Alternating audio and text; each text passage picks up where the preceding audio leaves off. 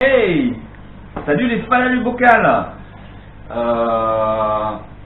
Bon, pour cette fin d'année, je vais faire un petit tuto pour la reproduction de discus. Donc peut-être ça peut intéresser certains. Donc vous savez, un discus,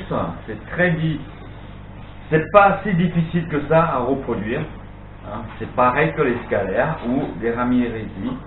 Mais il faut savoir prendre quelques précautions pour faire la reproduction du discus. Si vous avez un bac nu, c'est idéal. Vous introduisez suivant la taille de votre bac, 450 litres, 600 litres. Si vous avez une dizaine de poissons, taille adulte, c'est impeccable. Comme ça, ils vont former des couples tout seuls. Donc l'idéal, c'est de partir sur un bac nu. Il n'y a pas de hiérarchie, donc tous les poissons, ils sont mélangés, etc. Ils se forment des couples tout seuls. Donc il faudrait des cônes de ponte pour pouvoir former des couples et pour sélectionner un couple.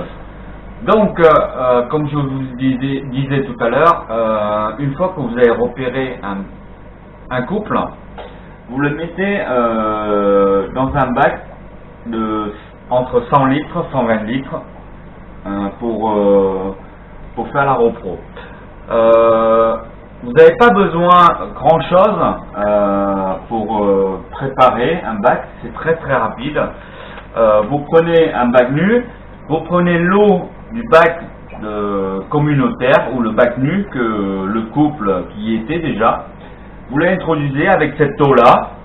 Vous n'avez pas besoin de faire l'acclimatation, vous le mettez directement avec bonne température, vous le pêchez, vous le mettez dedans. Pour le filtre, vous mettez un exhausteur, c'est ce qu'il y a de mieux. Sinon, si vous avez des petits filtres style entre 200-400 litres/heure, c'est pas mal non plus. Après, il faut récupérer les bactéries des autres bacs et de essorer les mousses dedans pour que le filtre exhausteur il contienne de la bactérie. Après ça, il faudrait tous les jours changer l'eau de 40% en gros par de l'eau 100% osmosée, sans reminéraliser. C'est ce que je fais. Donc vous faites ça tous les jours. Ça dépend les couples. Après, vous pouvez arriver à avoir une valeur de conductivité désirée par le couple. C'est pas forcément un chiffre exact suivant les couples. Ça peut pondre à 150, 200, 300, même 400 ou 450. Personnellement, je ne m'occupe pas du pH, mais plus le pH est acide, mieux c'est pour les couples. Donc voilà, la température entre 28 et 30 degrés comme d'habitude. Une conne. Vous n'êtes pas forcément obligé d'acheter une conne de ponte. Ça peut être une vase de fleurs, une tuile de maison, un bulleur, voilà, chauffage, et il reste plus que attendre le couple. Une fois que les couples ont pondu des petits, soit vous le laissez l'exhausteur, c'est très bien. Moi personnellement, sur ce couple-là, j'en ai pas d'exhausteur, donc j'ai une petite pompe de 400 litres l'heure pour un bac de 140 litres. D'ailleurs, quand ils ont des petits, je trouve que le débit il est un peu trop fort pour 400 litres. Alors, ce que j'ai fait pour réduire le rejet de l'eau, j'ai pris une pince pour pincer un des deux tuyaux pour réduire le débit de la pompe.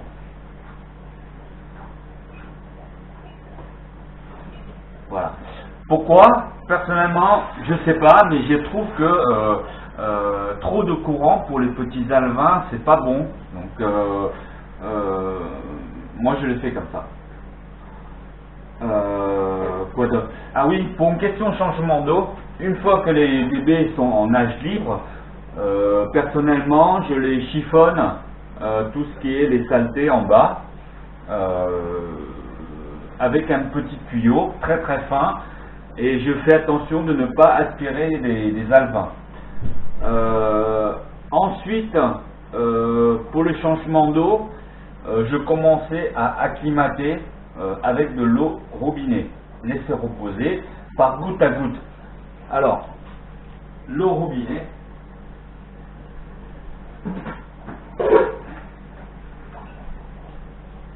alors je mettais un peu d'eau dans le seau et je fais goutte à goutte, voilà, pour acclimater petit à petit de l'eau osmosée à l'eau robinet, tous les jours un petit pourcentage. Après, c'est à vous de voir par votre expérience, vous essayez de faire 10%, 20%, comme vous voulez, mais allez-y mollo avec les gouttes. Voilà, une fois que vous avez eu des bébés, des alevins, des tout petits alevins après la reproduction, quand ils ont à peu près 3 semaines, 4 semaines, le mieux c'est de passer dans un bac de grossissement. Donc c'est la phase où on termine la repro pratiquement, et c'est une phase où on peut nourrir des bébés, du granulé,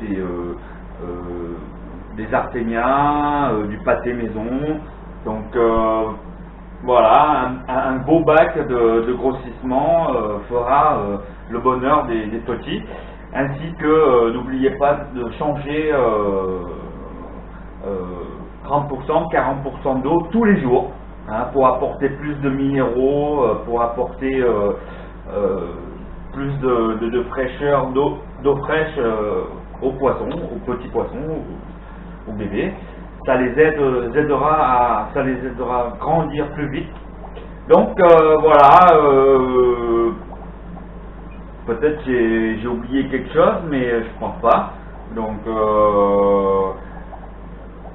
j'espère que vous allez pouvoir faire de vos propres expériences de reproduction de discus. Même si la première fois ça marche pas, ne baissez pas les bras. Deuxième fois, troisième fois, forcément il y a toujours une solution pour les discus.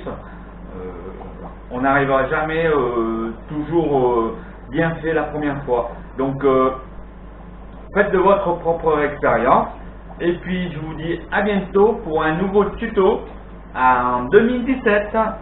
Ciao!